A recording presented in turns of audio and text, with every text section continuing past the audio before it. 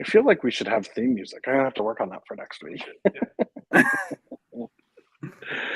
Hello, everybody, and welcome to the Candid Candidate Convos, where I and some other people who are running for office get together and talk about why we were foolish enough to sign up for this stuff.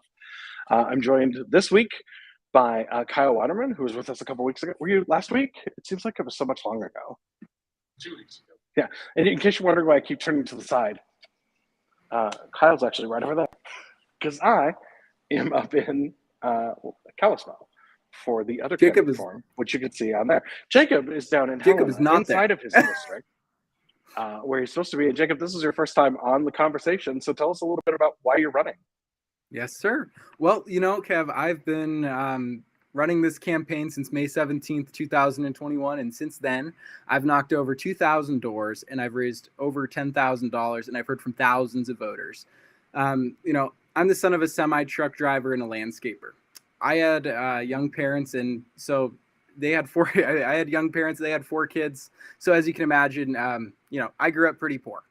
I watched my own family claw its way into the middle class, make it, and just slip through those cracks and end up losing our home. Like so many other families in Montana right now, mine fell between those cracks, and this isn't just my story. There are thousands around Montana who have a story just like it.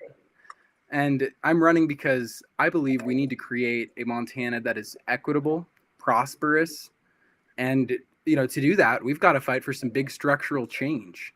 And that big structural change means fighting for issues like universal childcare, fighting to address the stark wealth gap between Montanans, putting big investments into affordable housing, and fighting for paid family and medical leave for all Montanans. And look, these are big, ambitious issues. I know that. They will be difficult to accomplish. But look, real change has never been accomplished because somebody said, it can't be done, and gave up early. Real change happens when folks dig their feet in and demand real change and demand better for themselves and their neighbors. And that happens when we elect folks who have experienced both the best and the worst of this economy. That's great. So, Jacob, with all the stuff that you have going on that you've been running since then, how many people have decided to step in because they wanted to run against you? Well, it looks like 3 people total. One person dropped out, and he's a very fine man from Helena. The other 2, I have the utmost respect for, and I'm looking forward to a good primary with them. And who are they? Because I don't remember. Yes, Melissa Romano and Jake Troyer. Okay, that's right. And I have a primary as well with John Rebke in PSC District 5. Kyle, you don't have a primary, do you?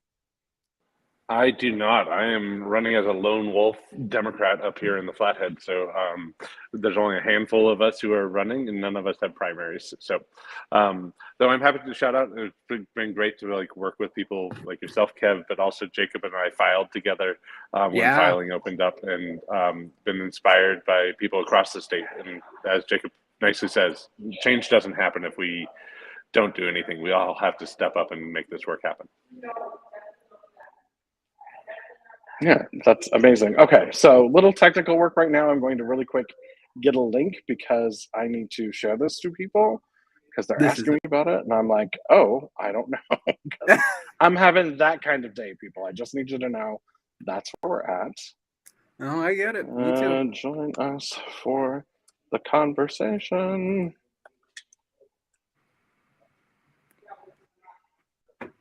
I'll post that on my page. And make sure, there we go. Yeah. Post. Why wouldn't? There we go.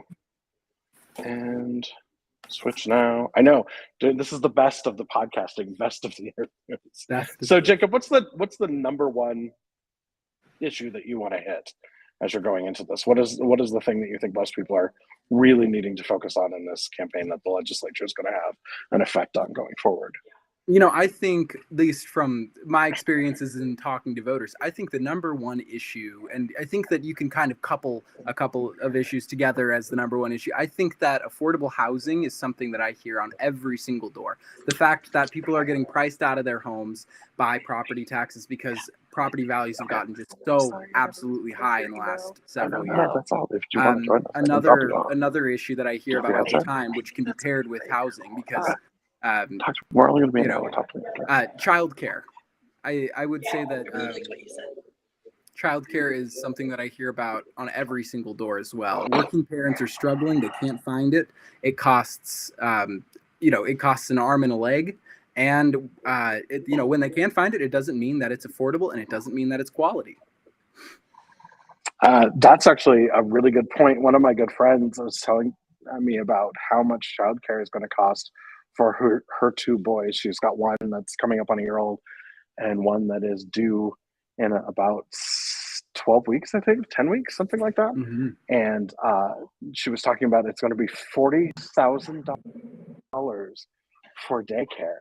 So a job that's making at least twice that, why would she go back into the working system? Why wouldn't she be a stay-at-home mom? And I'm like, I totally understand that. If you can do it off of one income, that's amazing. Exactly. And I've heard, and apparently you're going to have to redo whatever you said, because I forgot myself when I was talking to the other candidate who snuck up on me. And that's my bad. I've just been informed of that. Oh, the technical issues. I can restate. So the biggest issues that I've heard on doors first are affordable housing, and I like to couple these two issues together because I think that they go hand in hand. Affordable housing, you can't find it anywhere in Helena. You can't find it anywhere in Montana. And if you can, you're lucky, because I sure can't. Housing has gotten to be absolutely unaffordable for any working family in our state. And I mean, people are getting priced out of their homes left and right by property taxes because property values have skyrocketed. Folks can't afford to stay in the state. There are a lot of people who are my age who would love to stay here but just can't afford to. Places like Missoula, Bozeman, and Helena, rent has gotten unaffordable, and the legislature can do a lot to fix that. Another issue, and I'll go into specifics on that later, but another issue that I hear hand in hand with affordable housing is childcare. The fact that there are only 42 childcare slots per every 100 Montana children. That is a stark deficit, and it needs to be addressed. The state needs to pay its fair share in our kids' future, and that is exactly what I'm fighting to do in the state legislature. That's great. Kyle, you want to add anything to that? I think that Jacob just hit some of the major issues that are out there. I mean, affordability is one of our challenges, but unfortunately, Montanans who want to stay here are being displaced by boomers and people who are coming to move here and moving here to work remotely, are displacing some of our long-term Montanans and being able to afford to be able to stay and be our future of our workforce. So how we make sure that growth pays for growth, but also how we make sure that Montanans are getting some of the new paying jobs that are coming to specifically like here in the Flathead. A majority of the new jobs that have come to the state have been being filled by people from out of state. And we need to change that around and how we connect, support our education system to make sure that Montanans can get those new paying jobs and being able to stay in Montana. Definitely. Well, one of the things that Kyle and I got to participate in tonight is the Flathead Dems have had a candidate forum where they have brought in all the people that are running for the House and Senate, those of us running for the PSC, and they brought in all the people that are running for the new Western District of the U.S. House, because we do have two of those seats now, which is one, a great thing, and two, a very odd thing because my PSC district straddles them both somehow. I'm like, it's very bizarre. It's very bizarre. Nonsensical. It's nonsensical. It's one of those things that just cracks me up because Helena is now the westernmost east city, and my district also includes it doesn't include the easternmost west city, which would be now Bozeman, which wraps around and is part of District 3. It's all sorts of strange. So it's very, very weird on what's going on. I don't know what we've got for people watching. It looks like we've only got two of them. Jacob, I have a couple other questions for you and Kyle with housing and jobs and daycare being the thing that you guys have started focusing on. How do you plan to make that happen? Are you looking at working with tax laws to make that an accomplishment? Are you looking at incentives to bring people into the state? What is it that you want to see happen as we go into the next legislative session? Because it is going to be an uphill battle. Even if every Democrat running wins, we still don't have a majority in both houses. We do end up with a majority in the Senate, I think. But how are you guys going to make that happen with as awful as our executive leadership is? Well, let's start with housing. Let's talk about the workforce housing tax credit, which passed bipartisanly through the House and the Senate in the state of Montana in the 2021 session. The workforce housing tax credit in other states has produced thousands of housing units, millions, I think billions in an economic sense, and I mean overall has been a huge help. Colorado passed a workforce housing tax credit back in 2015 by initiative, and since then their affordable housing crisis, it's still there, but it's getting better. I mean, they've produced thousands of new units, and working families are getting a foothold. In 2021, our governor, Greg Gianforte, on I'm pretty sure May 15th or something like that, after the session had already ended, vetoed the workforce housing tax credit, which passed bipartisanly through both chambers of the legislature. There is a solution that we can talk about right there that is bipartisan, that has already passed, that our governor just said no to. We can fight for that next session, and we can fight to override a veto if we pass it early along. That's very true. Kyle, would you like to add anything? I mean, I think that there are solutions out there. I think one, we have to have legislators who go and make sure that we're keeping our eye on the focus of the work that needs to happen. Property tax being one of those things that we need to be able to find some relief for Montanans in property taxes. We shouldn't let the legislature wander off into nonsensical issues or issues that aren't actually addressing this problem. The legislature in the last term, a third of their work has ended up in the courts. And so they're not actually solving some of those problems. I think one of the biggest ones we have to do is tackle the property tax issue, which, having been on city council, just know how much local government relies on property tax. We need to be able to introduce some new tax vehicles, whether that's looking at things like an Amazon tax or making sure that tax revenue from recreational marijuana is directed into public safety or into behavioral health issues.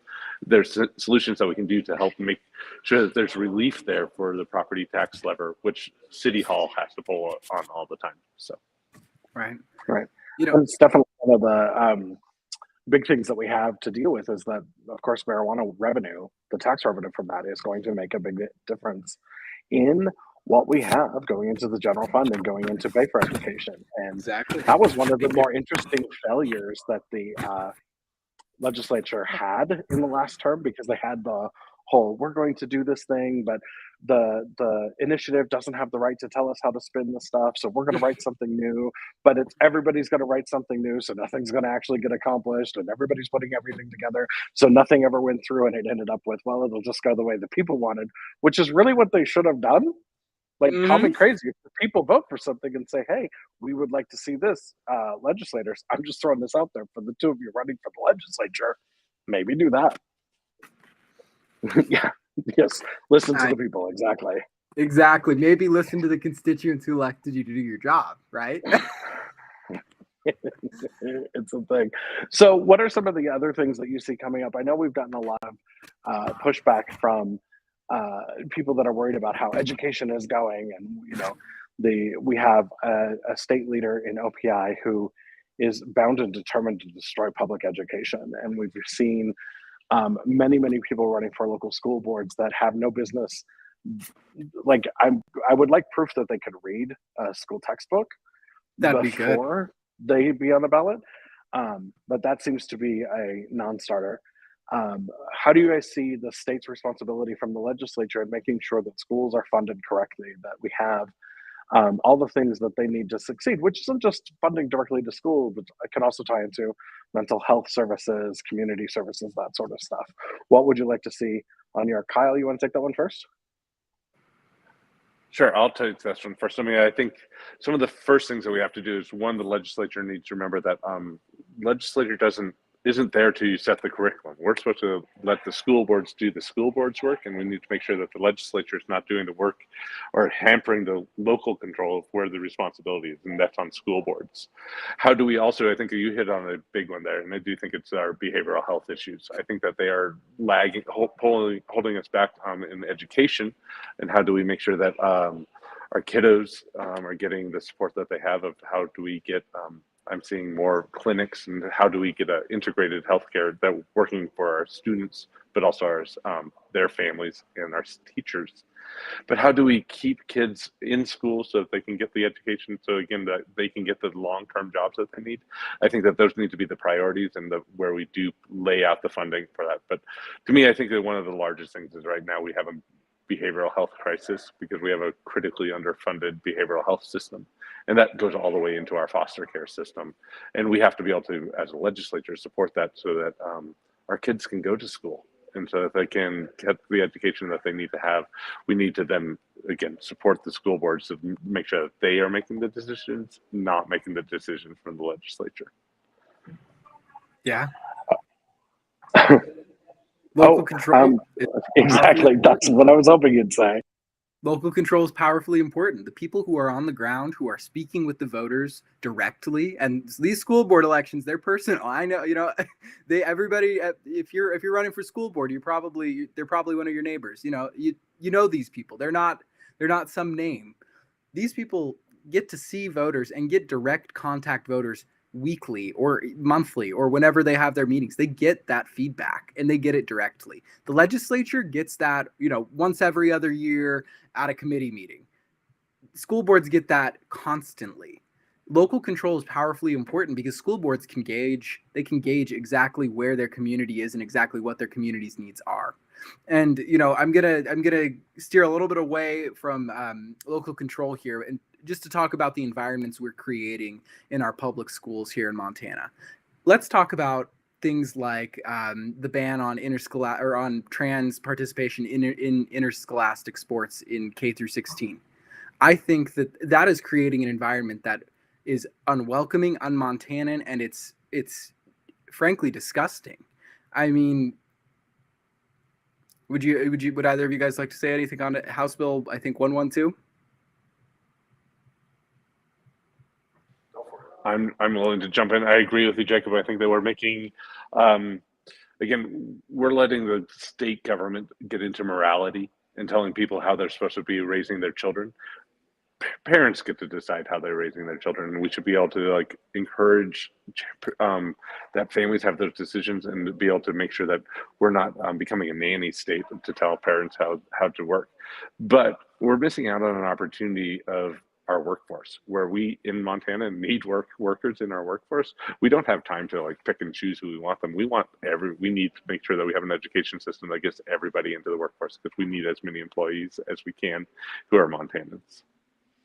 Exactly. And creating and the environment that the 2021 legislative session created for LGBTQ folks in our state is not one that makes kids want to stay. It's one that actively makes my peers, people who I graduated with, leave the state. House Bill 215, which is the Senate Bill 215, which was the Religious Freedoms Restoration Act, and was essentially a blanket license to discriminate against LGBTQ Two-Spirit plus people at large.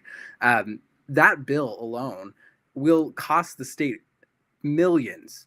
That alone will keep folks who would have come back otherwise from coming back to our state. We need to think about the environment we are creating in our state and how welcoming it is, and whether or not it's going to help our economy. Because frankly, I don't think any large corporations, and I don't think any big employers want to invest in a state where their employees' kids are going to be discriminated against because of who they love or who they identify as. Yeah, that's been one of the interesting things that's been happening over the legislative session that's been happening in other states this year. We've seen a lot of attacks on the queer community, especially on the trans community, as people are freaking out over things that don't actually exist. I mean, the bathroom bills are terrible, and They are literally for a situation that just has not come about. And part of it comes from a misunderstanding of how the community actually is. It's a lot of fear mongering. It's a lot of hate speech that comes from the Republicans, who just think that they have to have somebody to other in order to get their agenda passed. Well, if their agenda wasn't crap, they wouldn't have to do that. So if somebody's peddling fear, just so you know, that's what they're trying to do to you. We have so many things that are coming up in this legislative cycle. One of the things that we have coming up is all of the ARPA funding that hasn't been used. We have approximately $250 million that has not been dispersed to feed school children. And that money is going to be clawed back by the federal government unless our legislature does something about it. So what would you do? Jacob, you want to take that first? Yeah, I mean, the legislature needs to. This money is it is a once in a lifetime investment in Montana, and we need to use it as such. We need to invest in our families, and we need to invest in our kids. I mean, first off, the fact that our state is refusing to send families in need the aid that they need, that alone should be enough to, I mean, for voters at least, I feel that alone should be enough to say that this administration is not, this isn't doing the work for the people, and it is not working for working families. If we're going to lose this money, and this money that John Tester fought to get us, I am absolutely appalled.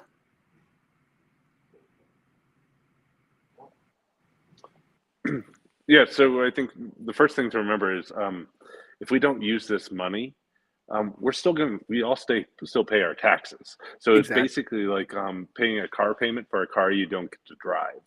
So we are missing the opportunity, but also the money is perfectly suited for the situation we are, especially here in the Flathead, where we are now one of the fastest growing small towns, small municipalities in the United States.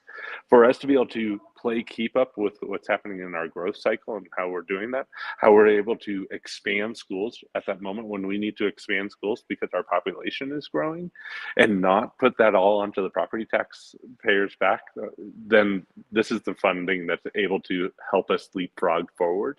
And again, we've already paid that money because we're American citizens, and we just are using that return to advance our community. But also, it can be used to give Montanans who hit that burden with the property tax some relief, so that they get a pass on that money being used well. But also, that's how we can address some of the way that we're keeping up with growth and keeping education open and catching the new technology and making sure that we are a state that is ready for new business and new commerce.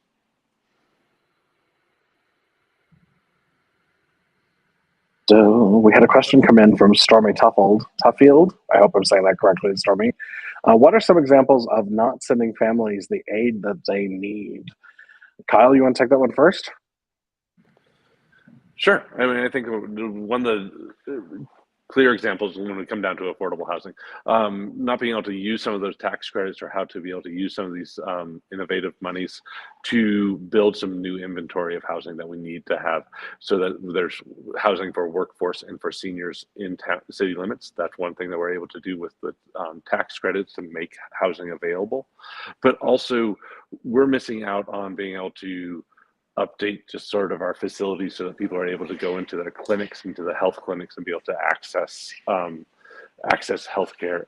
Childcare is another example of where we could be putting this money to be able to build the facilities so that we have more resources in the community for families. Mm-hmm. Something I'd like to add is, imagine since this is a one-time investment in Montana, the ARPA money, I think we need to invest it in stuff that I think we need to invest it in stuff like childcare. I think that providing grants and big grants to centers who are providing quality, affordable childcare is one of the most important things we can do with this money. We can provide, we can help expand slots. We can provide families the aid they need to make it to work. with this money. This is a once in a lifetime investment in Montana, and we need to treat it as such. And just to add one other thing on that, some of the examples of not sending families the aid that they need, a specific one is federal money was given to the state to be able to pay for school lunches for children, not for children in need, not for children who are below the poverty level, for children, point blank. Pay for school lunches. And that money is available for all school districts, for all schools, if they are public schools. That money should be distributed. It's not been distributed because this government, our leadership currently, does not believe that that's a worthwhile use of those funds. And I find that to be really, really disturbing. From Dana Imagine Griffith, that, feeding kids. I know, feeding children. I mean, that we spend a lot of money and time to not provide that money or provide those resources, that we spend millions of dollars just to make sure that people can't have access to something which is due to them is a shame. Right. From Dana Griffith, I love that this forum is happening. How can we generate more engagement of these issues? I have a great one on this one. Talk about politics with your friends. There's this old theory that went around, and it's a weird holdover from days when everybody was polite, but nobody actually wanted to engage. And that is, you don't talk about politics, you don't talk about religion. I think you have to, because politics and religion are the things that everybody actually makes their decisions on. And when they make their decisions for politics and religion, it affects everybody else. Now, I am not a terribly religious person. Kyle is a little more religious than I am. Jacob, I have no idea. And it doesn't matter. Whatever your religious beliefs are, they're yours, and they should affect you and no one else. I believe that religious freedom is very important, but it allows me to have my freedom as well. And my religion doesn't make those decisions. Now, when it comes to government and politics, those things are things that we absolutely have to talk to our neighbors about. Because one of the things that I find really, really important when I'm dealing with people, and I deal with a lot of Republicans in my life, I deal with a lot of Republicans in my business, I deal with a lot of Republicans in my family, and I have to present, these are the facts for my community that you don't see. And those are long conversations, and they're hard conversations, and they're uncomfortable conversations. And you have to have them. But once you start to have them, once you point out where the things that they don't see that exist are, they start to question the rest of their stuff. And you can get people who were once very hardcore Republicans, very much against you, but that are reasonable people and thinkers. Once you get them to think and engage, they become people who are like, oh, well, I understand that, and I see this other thing that we need to change, and they're far more likely to vote in our favor and work for us. So definitely, I think that, getting more people engaged on the issues, and when it comes to Democrats, tell them that the thing is happening. This is happening every Monday night at 7 p.m. And, sometimes it conflicts with some other things that are going on. So people are looking at the other candidate forum, which is happening right down the aisle, or right down the hallway that Kyle and I were in, because we spoke at earlier, and then we stuck out to do this. And that's the thing. You just have to tell people. Any other thoughts? Yeah, I think that a way we can generate more engagement is actually talking to voters. I've knocked on I've knocked on over 2,000 doors. I've knocked on so many doors out in the Valley, which is, an area of Helena that Democrats get to less because it doesn't have the highest amount of Democratic voters in it. I've knocked on several solidly Democratic doors, and, doors that were, I've knocked on several doors that have never been knocked on before, is what I'm getting at. I've knocked on several doors of solid Democrats who have never had a candidate on their door. And that's a solid Democrat. That's somebody who is a proven, Democratic voter, true blue. And they've never had a candidate on their door. I think that is absolutely appalling that we aren't engaging our voters. And I think that it starts by getting out there and talking to people. And yes, it starts by talking with your friends about politics. It starts with having those hard conversations. And it starts with going to your neighbors and letting them know about, if there's an election coming up, going to your neighbors, telling them about the candidate that you support and telling them why. Because I think that there's so much in our politics that there's so much screaming and, divisiveness that we don't ever get to the why we support people. And maybe if we get people who have, some sort of relationship, some sort of connection somehow, some sort of common interest like neighbors, if we can get those people to talk about certain candidates and talk about the good that a certain candidate is doing, that's how we engage people. That's how we win votes.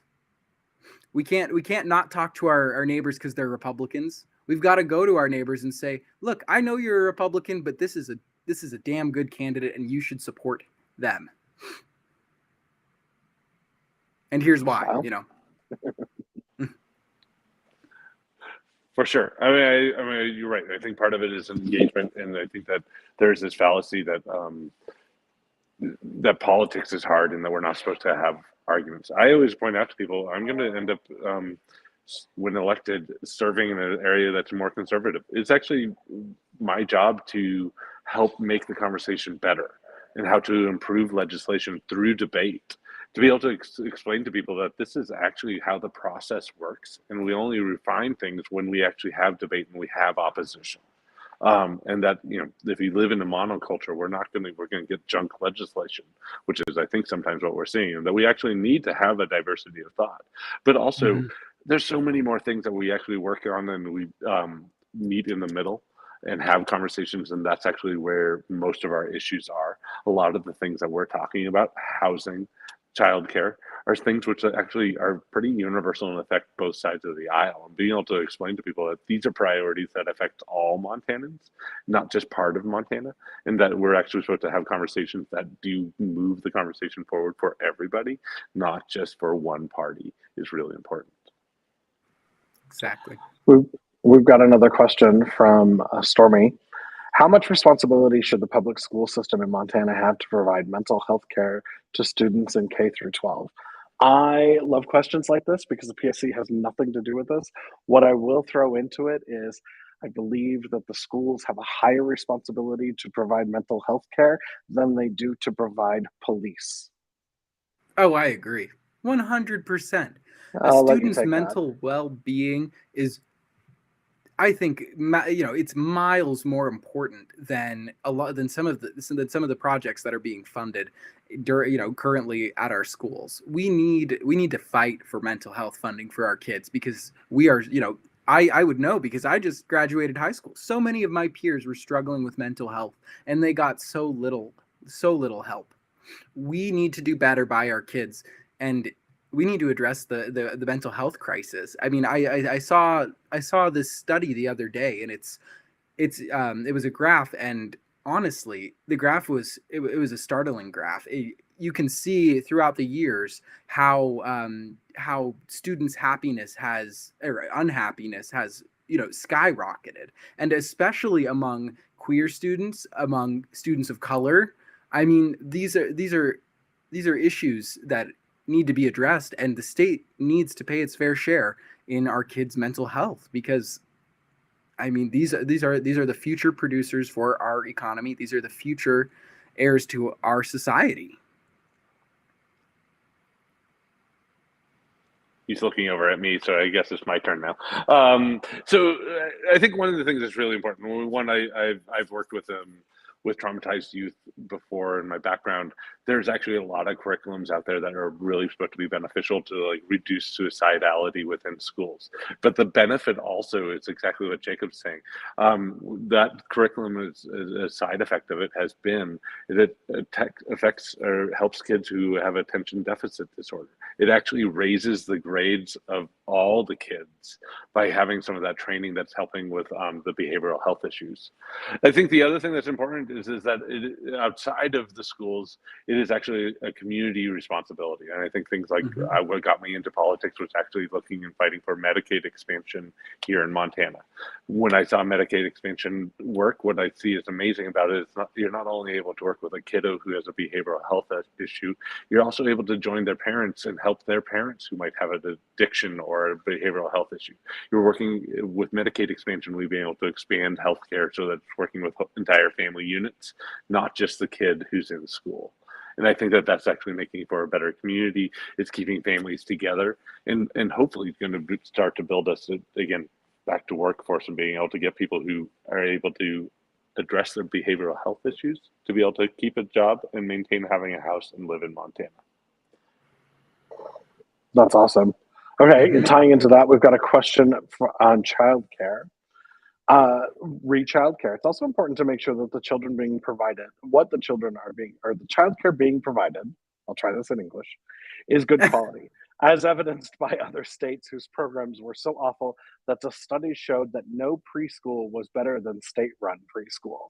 I find that to be both unsurprising and entirely disturbing.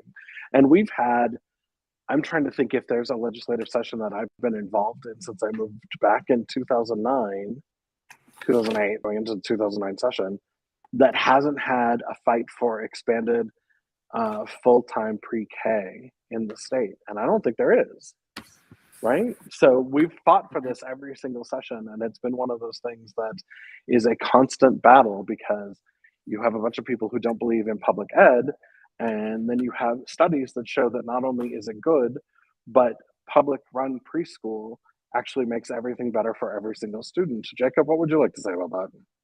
Yeah, in my opinion, every child in our state is entitled to good quality care. Where they are kept stimulated and safe. I think that there is a lot that the state can be doing to make sure that our preschools and our childcare facilities are being ran well. We can provide grants and other programs that reward facilities for providing high quality childcare, like the STARS program, which I'm pretty sure lost funding in the 2021 session, but there are programs out there to ensure quality in childcare, and we can fight for those in the next legislative session. The reality of it is right now is that the legislators who are in power do not want these programs. They don't want to fork out the money. They'd rather line their buddies' pockets and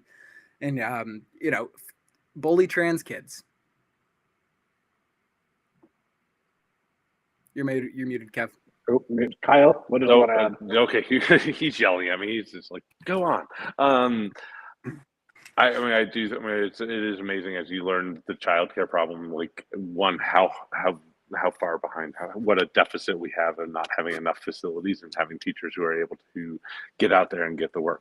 That's actually keeping families out of the workforce and becoming a challenge for employers here in the Flathead. And that's why even the conversation is including now our chamber and our employers as it being a priority of how we invest in the community, but also make sure that working families are able to get both parts of their family out and working in the workforce, and just being able to provide that, getting people back to work, but also giving kids good childcare, and it makes it for a more healthy community, and it makes for a more healthy future for us. And a follow-up to that, what can Democrats do to push back against the GOP line about childcare costing too much? Tax the rich, really. Exactly. The reason our economy is out of whack because our tax base is completely messed up, and that is the first thing that you have to do. There's plenty of others, but what else would you like to say? Let's talk about what it's costing our economy for working parents to stay at home and not do the jobs that they were once doing because they cannot afford childcare. Let's talk about that cost. This isn't only worrying about the state coffers. This is worrying about our economy, and this is worrying about small businesses who are having trouble finding employees because their employees cannot afford to pay for childcare. That is the cost. It isn't just, and we can do a lot more. We can fix our regressive tax system, which that is what it is by definition, a regressive tax system. We can make every Montanan, no matter what they make, pay their fair share, because that is a Montana value, and I think that is that is something we have all been raised on. Kyle? Thanks. I agree with Jacob. I think that the part of it is where the burdens of our inadequate system right now. It's more on small businesses. It is on single families and small families that are being displaced, and we are experiencing a brain drain because we don't have the level of services in Montana, and people are looking at other communities or other states where they can go and be able to be successful as an employee, but also for their businesses. So, I think we are just losing out and short-cheating Montana by not being able to invest into childcare, but also invest into our families. Yep. And I wanted to point out that, Jacob, as you were answering the question, is it possible, or the other question, this question came in, which is it possible to get Dem candidates to focus harder on the economic sensibility of funding these programs? And unequivocally, from both of your answers, yes, it is possible to get Democratic candidates, such as Jacob Torgerson and Kyle Waterman, to focus on these things and point out that in a lot of cases, the policies that we put in place by Republicans over the last 50 years have just been literally penny wise and pound foolish. They have cost us so much more, and they claim they're trying to save things. And we've got another question from Stormy, which I haven't read yet. So, do you support social emotional learning in public education? If so, what do you see as its benefits? I am going to let you two take this because this is not something I have studied at all. I don't know the most about it either, but I would be happy to put in the research to learn more about social emotional learning. I think that making sure our kids are learning in a safe environment where they feel supported is absolutely it's absolutely essential to modern day education. And I would be happy, Stormy, to have a conversation with you on the side about this issue and do my research. I'd like to give you a week. You can come back and we'll keep this question around for next week. But Okay. Kyle, do you have anything to add? I agree with Jacob. I'd look forward to learning more about what Cell is working on. I think my biggest points are, one, the legislature really doesn't mandate what the curriculum is for our schools. That's the school board's job. And I'd really, as we have so many legislators who are coming in proposing that they want to manage curriculum from the state legislature, I'm trying to avoid trying to do that. I do think that we want to make sure that our education system is using research and being able to use the best funding available so that we have healthy curriculums. And that's where the state really is responsible, is making sure our funding for the schools is adequate. But a lot of those local decisions, or a lot of those decisions of what the curriculum looks like, really belongs on a school level. But here's what I think is it's important to make sure that we have kids who can do critical thinking, who are able to fact research where they get information, so that they are able to make decisions on their own and educate themselves and be ready to move into a career and a lifetime of education. All of us, my dad had one job for 45 years and was able to stay in one place for that. That's not going to be my life, my career, I think, or either of our career, any of our careers. We have had to learn to educate ourselves regularly and often, and that is what children today need to do. We need to make sure our children are ready to enter into the workforce and continue their education moving forward. That's awesome. Okay, I'm going to go back to, and Stormy, with that one, we will keep that question for next week because I think both Kyle and Jacob can return next week. Even if they don't, we'll keep it for them so that when they come back, we can talk about it again, because that is one of those things that we'd like to do. I have another question that was sent in via a text message to me, and this refers to Jacob when you were talking about Democrats not knocking on solid Dem doors. What do you think needs to change within the Montana Democratic Party to fix what is a clear pattern of failure to communicate with working class with the working class in the state? For example, why haven't I seen the Montana Democratic Party? Hold on, I'm missing it. I got to get the rest of the question because it's not up there. Rest of the Democratic Party. Oh, boost this forum at all. I'll take a little bit of that first. I do actually, full disclosure, both Kyle and I sit on the executive board. Kyle was just appointed to the board 4 months ago, something like that. And I am on my second 2-year term. Is that right? Might be my third. But I'm in the Western District seat, but now that Helen is in the Eastern District, who knows? What I can tell you is sometimes changing that body is a lot like moving a river. It takes a lot of work. It takes a little bit of time. And it also takes sometimes just examples of how to do things differently and better. When I came up with the idea for this Candid Convo, I reached out to 2 people I know who were perfectly capable of being online and had been in Zooms for obviously the last 2 years, much like everybody else had been, but were also competent enough legislators and candidates to be presented with questions that we don't filter. If you notice the questions over on the side, I'm just literally clicking a button, putting these up. I don't filter them. I don't say this isn't something we're not going to talk about. If somebody were to come in here and troll us and say, oh, you're the worst person I've ever met, I'm still going to put that up, because then that video can be sent to their parents, and I'm happy to share that with your mother. But more importantly, if the Montana public doesn't feel like they can talk to us, they become separate from us. And I'm part of the Montana public, and I'm one of those people who's never had any fear, and social boundaries are not a thing. So I will go talk to anybody. The fact that a lot of people feel like they can't come talk to Democratic candidates, or that they don't know who the Democratic candidates are, is distressing to me. We need to be doing more. And sometimes we need to change things up. So when I started this is obviously, I'm doing this on my own. It's with my own tech. Everybody else has their own tech at home. We are not spending a ton of money on this. We're not doing any advertising for it, because I don't have it in my campaign, neither do the two of you. And we don't know who's going to be on every week. We're starting to get more people come in and be a part of this, but we're still not getting the viewership of it live that I would like to see. And we need more people engaged, but that requires you, the people at home as well, to be willing to say, hey, this is something that's happening. You want to be engaged. Now that we're in our 5th week of this, I believe, we're at a point where we can say, hey, we're going to go forward with this. We're going to do some amazing stuff, and we're going to continue this. This is going to be an ongoing thing, and it can involve more people.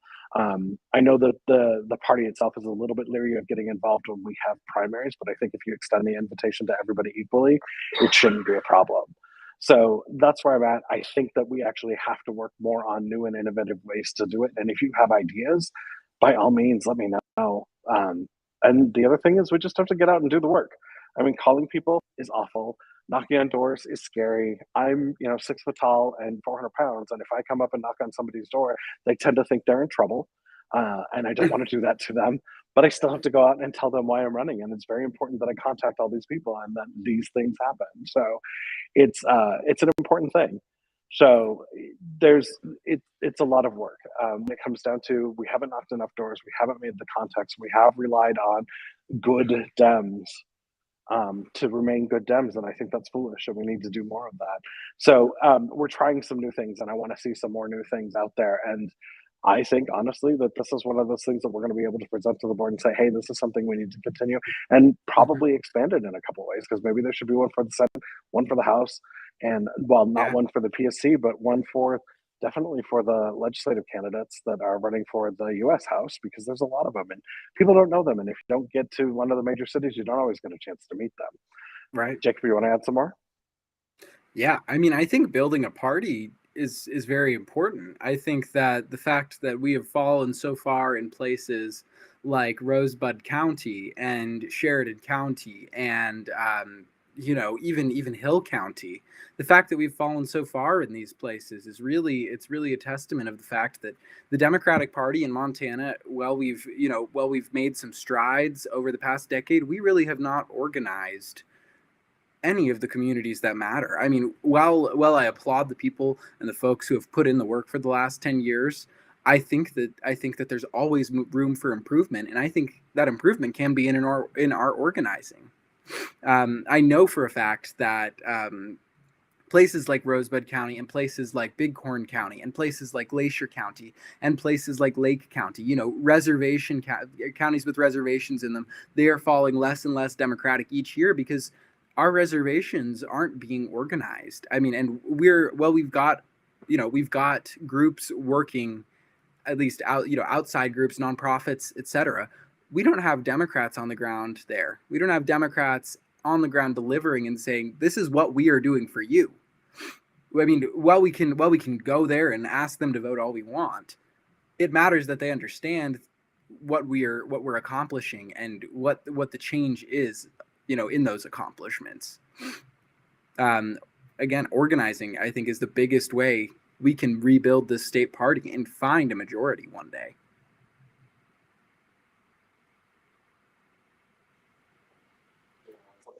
Sure. I think one of the biggest things that we can also do is we have to remember to look at new forums of how we do that. Make sure that we're going to those voters, to that workforce. I think that we've all gotten, honestly, a little bit lazy. I mean, we have Kev, you and I just left a forum where they just commented how there's nobody young at the forum. And I think that we have to remember that, a forum maybe on a Monday afternoon or Monday evening like this might not actually be the best time to like go and meet all that workforce. Maybe we need to think about like at what type. I go and meet with people at 8 o'clock in the morning because by the time we get to this time of night, they might be on their second job that they're working at because they're like doing split shifts. Mm-hmm. So I think we have to make that work. I also have been on our transportation board here in the Flathead. I feel like sometimes Dems we don't spend enough time going out and talking to people who actually drive trucks.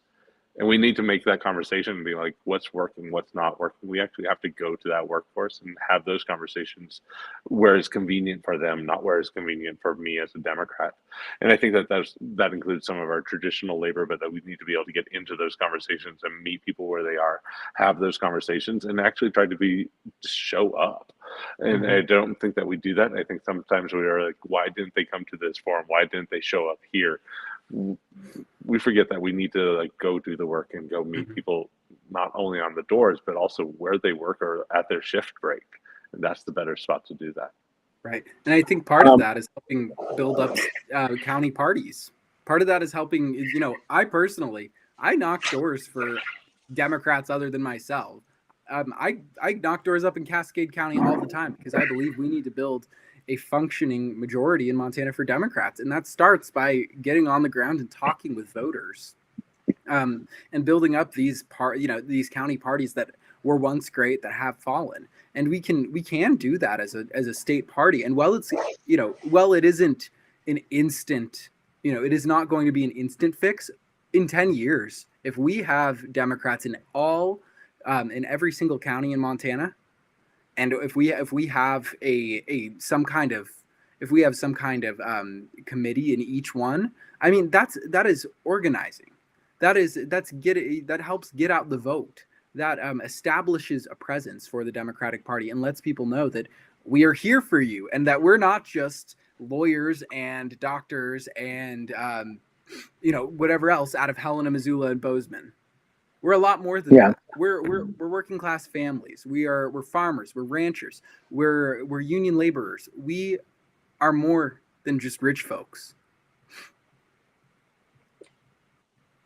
Okay, and one of the things that I wanted to point out is we should probably work on making sure that these events that happen at a hotel, this is happening at the convention center here in Kalispell, there's no childcare offered. So anybody who's stuck with small children at home, they don't get to come to these, and that's an accessibility issue. We also don't have anybody here that is signing. So these are things that we as Democrats need to work on and make sure that those things happen. It is definitely something that we're working towards in all of the pieces that we're doing. One of the things that I really like about this candidate forum is that if you do it on Facebook, if you're watching on Facebook, it does add auto captions, so it is somewhat accessible. We're working on adding it for all of the other socials so that it will be something that's there for everybody. But it is one of those things to think about. Let me go. We had one question, which is, who do I send an email to express support for this? And I have an answer, and I'm going to put it up in the same area. And that would be send an email to Sheila@MontanaDemocrats.org and to MDLCC@MontanaDemocrats.org. And the reason for that is Sheila obviously is the executive director of the party, and I think she's doing a fantastic job trying to right the ship, which is moving in the right direction. It's getting better. It's not as fast as we would like it to be, but that's because all of us would like it to be snap your fingers and done. And MDLCC is the group that is actually directly responsible for making sure that we have Democrats in the legislature that can do things. So making sure that they are supportive of it and are recruiting people. I do have to say that we finally got an email that went out from them to everybody. So we have about 7 new people over the next 5 weeks that will be joining us, which is a great thing. So that'll be a lot of fun. And then I have another one. Let me see. This one is one more thing to post. This is from Brandy. And let's see. In my organizing circles, We say that you can't do an event without bringing snacks and coloring books, or you leave parents out of organizing. Why don't I see more of that with them events? That's what we need, not just fundraising dinners that cost almost as much as they raise. Yeah, I mean, Brandon, there is literally nothing about that is wrong. That is exactly what we need to be doing, and we should be working as a statewide party. And this is something that, and I will be quite clear, this did not occur to me. I don't have children, so I don't always think of these things. Um, but this seems like something that we could be doing from a statewide level, that when we're putting on larger stuff, especially once we're past the primary, where the state party is directly involved in everything, we should be having these sorts of things with coloring books and some licensed babysitters that are there so that people with parents can come and be involved. So I am going to make sure that's on our agenda for the next board meeting. Yeah, which I believe I is agree coming up in completely. May. And we'll see if we can make that happen, because it can't be that hard. People have been having kids since the beginning of people. So As one you'd might think we'd think. have a better handle on this sort of stuff. I am And this is the kind of stuff that I think makes folks question whether or not Democrats are the party of working families. And that's why we've got to address these issues, and that's why we've got to start making our organizing avenues more family friendly, and allowing working parents and parents who are actively caring for their children after school and after work and stuff, including them in that, I think is one of the most pro-family things we can do as a state party. So I do too. Kyle, you want to add anything? No, I mean, I do think that part of it is, how do we approach people? Where are we meeting them? Are we making sure that the conversations are including them? And to me, I do think that when we keep doing the same old, that's the definition of insanity. And we need to start to mix that up and have a different approach of how we approach constituents. But as a friend of mine pointed out, women of the Flathead are very upset. They want to be able to be heard, and they need to be able to have some forums that they would like to be able to be invited to. And some of that is that we just need to find a different way to approach them, and making those spaces so that, yes, their families can come and that they are able to be heard and listened to when they arrive at an event.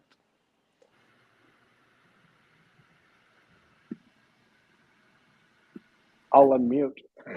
Good idea. So many technical issues today. Our last little thing from Dana is, thank you, 3. I'll share this event next week. We appreciate that, because it's going to only get bigger and better. Every time we get a chance to come on here and speak to people as they're asking questions, we can prove that Democrats are the better candidates. We're not afraid of the public.